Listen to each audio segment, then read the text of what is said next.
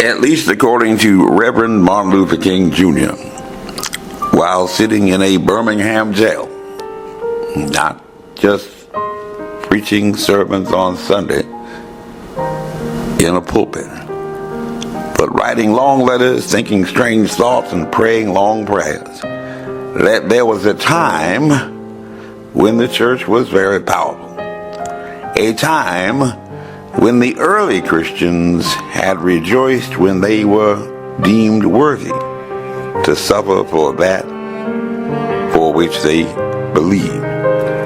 And at least Reverend King had believed that in those early days of the church, it was not merely a thermometer that recorded the ideas and principles of popular opinion, but rather it was a thermostat that transformed the mores of society. Not just a mirror reflection of whatever the popular cause was of the day. Reverend King said that whenever the early Christians entered a town, the power structure got disturbed and immediately sought to convict them for being disturbers of the peace and outside agitators, not putting them up on stages as representatives of what was sanctioned as good by the state. Perhaps again it was just his imagination speaking when he said that those early Christians went on with the conviction that they were a colony of heaven and had to obey God rather than man, but confessing that he was fully cognizant that they were small in number but big in commitment. Reverend King had often quoted the theologian Reinhold Niebuhr that groups tend to be less moral than individuals. But of those early Christians, he believed that they were too God intoxicated to be astronomically intimidated. Perhaps not even intimidated by a dreaded coronavirus bigger than God. And at least the man who had been to a mountaintop and who had told Americans about a dream that he had believed,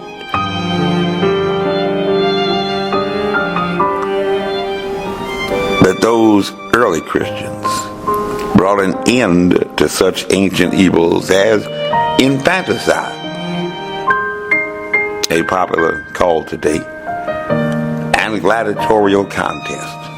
Yes, infanticide and gladiatorial contest. And he acknowledged then and there in 1963, as for the early church,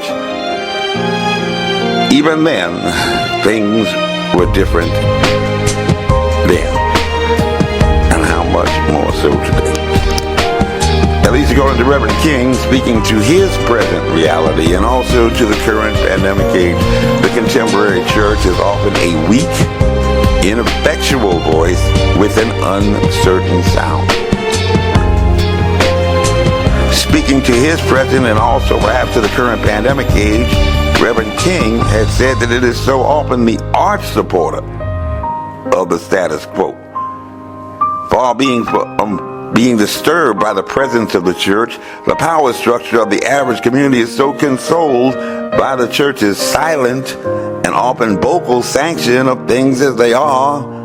We even find reverends inviting the president to come to preach in the pulpit on Sunday morning.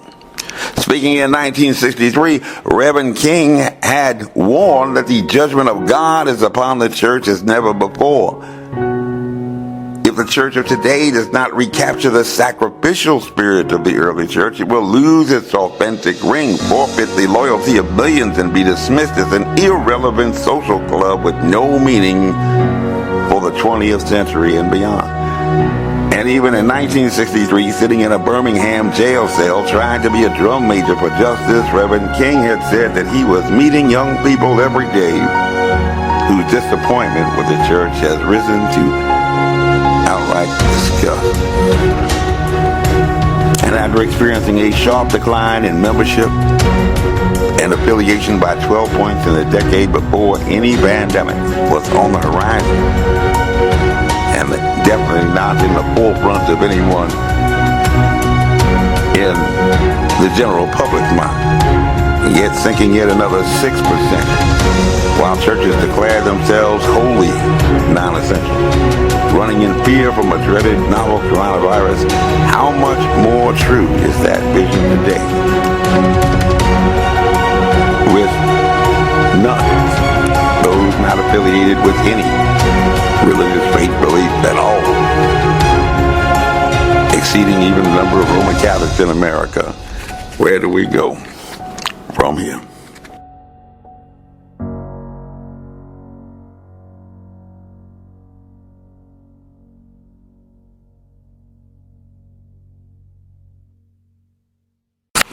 Hello, my name is Major Mike Webb, the son and grandson of men of the cloth, who were both preachers and pastors.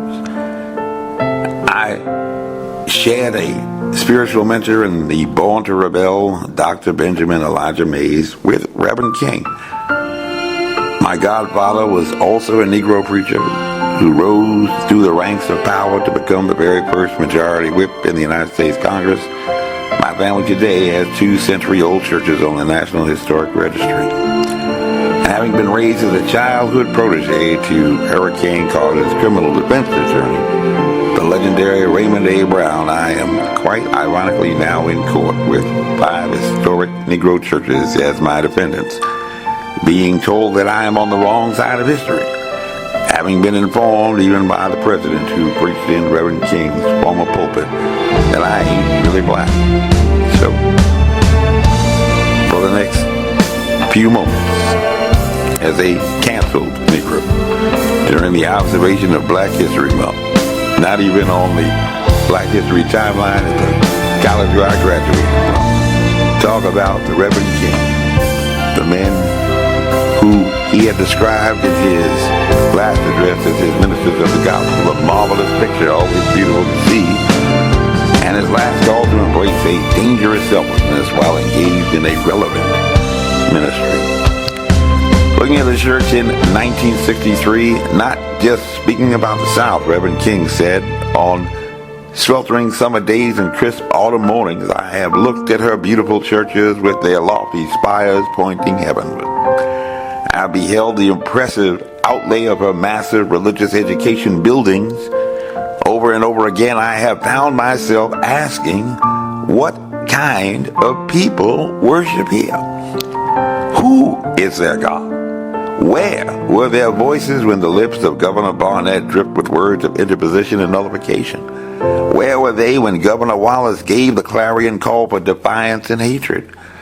Where were their voices of support when tired, bruised, and weary Negro men and women decided to rise from the dark dungeons of complacency to the bright hills of creative protest? In 1963, 1 year before the murders of Goodman, Schwerner, and Cheney in Meridian County, Mississippi, the Freedom Riders, and 4 years before the conviction of Reuben Hurricane Carter in Paterson, New Jersey, up north, Reverend King was convinced of his calling as a drum major for justice, saying, I am sure that if I had lived in Germany during that time of the Holocaust, I would have aided and comforted my Jewish brothers, even though it was illegal. If I had lived in a communist country today where certain principles of the Christian faith were suppressed, I believe I would openly advocate disobeying these anti-religious laws. But he had confessed that he had been gravely disappointed with the white moderate, or modern progressive, having reached the regrettable conclusion that the Negro's great stumbling block in the stride toward freedom is not the white citizens' counselor, or even the Ku Klux Klaner, but the white moderate, or modern progressive, who is more devoted to order than to justice, who prefers a negative peace with the absence of tension. No calling people bad names, no saying bad things, making you feel uncomfortable to a positive peace with your presence of justice, who constantly says, I agree with you in the goals you seek, but I can't agree agree with your methods of direct action, who paternalistically feels he can set the timetable for another man's freedom, who lives by the myth of time, and who constantly advises the Negro to wait until a more convenient time. And in 1963, Reverend King said, "Far more than I have a dream, but rather for years now I have heard the word wait. It rings in the ear of every Negro with the piercing familiarity. This wait has almost always meant never, when we must come now to see with the distinguished jurists of yesterday that justice too long delayed is justice denied. And this is why we can't wait." But at least in a pandemic, even Reverend King's ministers of the gospel, a marvelous picture, decided that heaven could wait, and not to follow Jesus, but rather to follow the scientists, distinguished from the science, although professing a fellowship in science, that they profess to glorify God, declaring themselves wholly non-essential, and cowering in fear of a dreaded coronavirus, measured in nanoparticle units that was, by all appearances, empirically far bigger than their God. And they chose for their ministry marching for causes called justice in a pandemic, while closing the doors to in-person worship at their churches, and were yet silent when the Virginia governor, a doctor, had encouraged the gay men that they claimed to accept to celebrate Vie Boehme in a pandemic, accepting on faith in science the powers of the amazingly safe and effective vaccines, and not enduring sound doctrine, but after their own lusts heaping to themselves teachers having itching ears, and turning away their ears from the truth, turned unto fables, placed in the back recesses of their minds the breakthrough infections of over 1,000 gay men in Provincetown just 1 month before the FDA had approved the Pfizer product for private label marketing. A product that has now had the price per dose increased by 4-fold, ostensibly and notoriously in response to market pressures of declining demand. Economic forces, certainly acting rationally like good businessmen for their business, in accordance with their self-interest and concerns of their many investors. But while these churches, the historic black churches, the last to return to in-person worship, have implemented a vaccines-only policy for in-person worship, which at least coincidentally not only segregates those who are unvaccinated from a God proclaimed to possess the powers to heal all maladies and afflictions, in a place for whosoever will let him come, but also persons who tend not to share their political and ideological preferences, a wall of separation between church and state notwithstanding, and most intriguingly discriminating against those who do not share the color of their skin statistically, on the basis of a questionable science that has marketed the idea of a safe and effective vaccine product, but which had in patent defect under law been developed without knowledge of infectious dose, a sine qua non prerequisite to enable a developer to ascertain the proper correlates of protection to develop an effective and not just efficacious vaccine. And nowhere in the 6-month safety and efficacy study, clearly in the title, published in preprint only before the FDA approval, did Pfizer make any claims at all that their product was effective, and only claimed that it produced an efficacious response to the virus, while also conceding expressly for those who chose to read that those scientists have observed that the neutralizing titers alone do not appear to explain how their experimental product functioned, and suggested that other immune mechanisms, unidentified, may contribute to protection, yet to understand what other responses might be involved, suggesting to any reader of that study that the product was released after only 6 months of experiments that left many unanswered questions on what effects it might have on the body, which would make anyone who had been administered that product by definition a guinea pig in the phase 3 clinical trial, especially with regard to safety. Essentially, just like the actor Alec Baldwin being handed a loaded gun that the armorer and the assistant director had declared to be safe, but which apparently went off all by itself, leaving one camera person dead, and many people trying not to be charged. In his last address in April of 1968, Reverend King had spoken about making America a better nation, and he even talked about fake news, saying that the press was confusing the real issues and sounding a call for discernment and vigilance. He was sent as sheep amongst wolves and advised to therefore be wise, warning that we've got to keep attention on that, yielding from the temptation of distractions, and saying after ascending a metaphorical mountaintop that he had read the articles, but they very seldom got around to mentioning the fact that 1,300 sanitation workers are on strike, and that Memphis is not being fair to them, and that Mayor Loeb is in dire need of a doctor. They didn't get around to that. And they don't get around to a lot of people suddenly dying of unknown causes today. And while quick to dispel claims contrary to the message that the vaccines are safe and effective, they never got around to even mentioning a study published in November in the British Medical Journal that had published the very first discovery of a human coronavirus back in the 1960s, which had reported that in a reputable peer-reviewed journal that on September 25th, 2020, the U.S. Food and Drug Administration, FDA, received a complaint by Brooke Jackson, not just somebody from Project Veritas, who had been working for Via Research Group, a Texas-based company hired to run clinical trials for Pfizer's COVID-19 mRNA vaccine.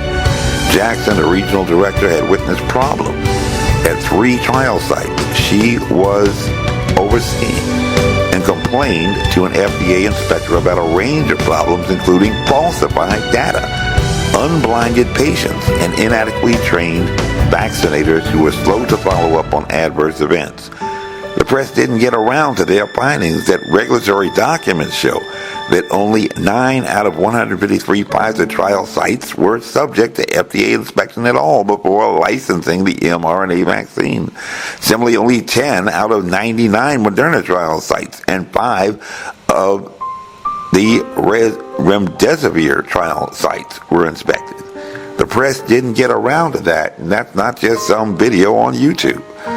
The press didn't get around to a study published first online in August 2022 that had defined a serious adverse event as death, life-threatening at the time of event, inpatient hospitalization or prolongation of existing hospitalization, persistent or significant disability/incapacity, a congenital anomaly, birth defect, medically important event based on medical judgment, and had found a combined risk for such occurrences for those who had been administered the Pfizer product as high as 36%, which, with 80% of Americans having received at least one dose, translates into at least 18% of Americans in clear and imminent danger of experiencing one of those adverse outcomes. But the press didn't get around to mentioning the injunction I had filed in federal court on December 2nd based on that report to enjoin the FDA and the CDC and the NIAID from continuing to promote the manufacture and distribution of these products that had, from the very beginning, presented a patent defect and for which there is now solid evidence of at least a latent defect that may include death as a potential serious adverse event outcome. The press didn't get around to mentioning the refusal of the Department of Defense to respond to my Freedom of Information Act request, now in court as of December 21st, to determine the excess deaths among uniformed members of the military. During the period when these products were made available to our troops, over 70% of whom had been administered these products before the order to get the shot. And all the while, even the military chaplains were silent, not just the church. But Reverend King said in his last address that we've got to say to the nation, we know how it's coming out. But when the people get caught up with that which is right, and they are willing to sacrifice for it, there is no stopping point short of victory. Reverend King asked in his last address, who is it that is supposed to articulate the longings and aspirations of the people more than the preacher? Somehow the preacher must have a kind of fire shut up in his bones, and whenever injustice is around, he tell it. Somewhere, somehow, the preacher must be an Amos and saith, when God speaks, who can but prophesy? Again with Amos, Reverend King had encouraged, let justice roll down like waters and righteousness like a mighty stream. Somehow the preacher must say with Jesus, the Spirit of the Lord is upon me, because he hath anointed me, and he's anointed me to deal with the problems of the poor. And if you're not saying that, then you ain't really a preacher. Has anybody here seen my old friend Martin? Can you tell me where he's gone? Reverend King said in his last address that longevity has its place, but that doesn't matter now. And Reverend King said it's all right to talk about long white robes over yonder in all of its symbolism, telling me the stories of Jesus I want to hear, things I would ask him to tell me if he was here. But ultimately, people want some suits and dresses and shoes to wear down here. It's all right to talk about streets flowing with milk and honey, but God has commanded us to be concerned about the slums down here and his children who can't eat 3 squares of meal a day, which would probably include people who are at risk to these vaccine products. It's all right to talk about the New Jerusalem, he said, but one day God's preacher must talk about the new New York, the new Atlanta, and the new Philadelphia, and the new Los Angeles, the new Memphis, Tennessee. This is what we have to do. And you can't save the world if you are dead. Reverend King said in his last address, all we say to America is be true to what you said on paper. And there's tons and tons of paper that we're not even talking about in science reports. Reverend King said if I lived in China or even Russia or any totalitarian country, maybe I could understand some of these illegal injunctions. Maybe I could understand the denial of certain basic First Amendment privileges because they hadn't committed themselves to that over there. But somewhere I read, he said, of the freedom of assembly. Somewhere I read, he said, of the freedom of speech. Somewhere I read, he said, of the freedom of the press. Somewhere I read, he said, that the greatness of America is the right to protest for right. And so, just as I say, he said, we aren't going to let dogs or water hoses turn us around. We aren't going to let any injunction turn us around. We are going on. And in course, we are going on. Before discussing a good Samaritan and some people who had been in an earlier church, before one Saul of Tarsus stopped persecuting Christians to take up a ministry of spamming Christian churches. So much for that image of the early church being perfect. Reverend King said, let us develop a kind of dangerous unselfishness. And Reverend King thought, back in 1968, that's the question before you tonight. Not if I stop to help the sanitation worker, the unvaccinated. What will happen to my job? Not if I stop to help the sanitation workers or the unvaccinated. What will happen to all of the hours that I usually spend in my office every day and every week as a pastor?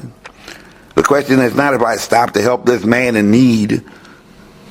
What will happen to me? The question is, if I do not stop to help the sanitation workers, the unvaccinated, what will happen to them?